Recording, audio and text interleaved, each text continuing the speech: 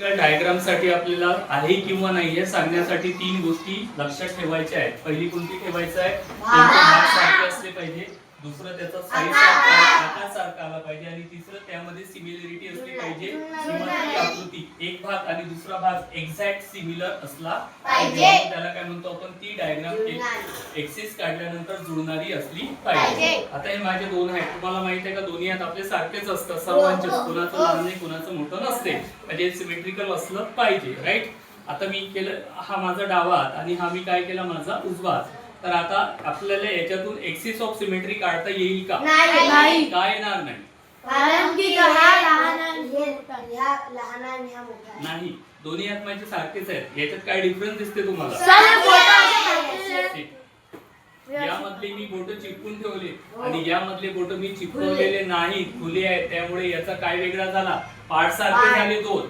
त्याच्यानंतर पहिला मुद्दा आपला क्लिअर झाला, पण त्याचा साईज सारखा झाला, याचा लाईन झाला आणि याचा मोठा झाला. त्याच्यानंतर तिसरा मुद्दा आपल्या याच्यामध्ये सिमिलरिटी दिसून येत नाही. आता रे नाही सर, याचा प्रश्न आहे पुढचा, कारण की त्या बोटात अंगठी आहे आणि ह्या बोटात अंगठी नाही. याचा प्रश्न चुकीचा आहे का? बिलकुल नाही आहे. याचा प्रश्न अगदी बरोबर आहे, कारण सिमिलरिटी नाही आहे. या बोटात माझ्या अंगठी आहे, पण या बोटात अंगठी आहे का? नाही. यामध्ये सिमिलरिटी दिसून येणार नाही. पण मी अंगठी काढली समजा, अंगठी आपल्या हाताचा भाग नसतोच, ते आपण शो साठी किंवा चांगलं वाटते म्हणून घालायचं. पण आता आपण अंगठी काढली तर जुळेल का? बरोबर आहे. त्यामुळे आता त्याच्यावर आपण लक्ष केंद्रित करायचं नाही. आता याला सिमेट्रिकल एक्सिस कुठून काढता येईल?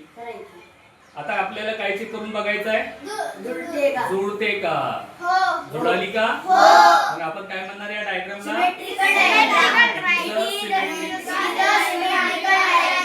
How many axis? मग आता सिमेट्रिकल साठी आपल्या तीन गोष्टीचा विचार करायचा आहे. फक्त पहिलं त्याचा आकार सारखा आला पाहिजे, भाग सारखा आले पाहिजे आणि ती आकृती दोन्ही बाजूची जुळणारी असली पाहिजे. ओके, असं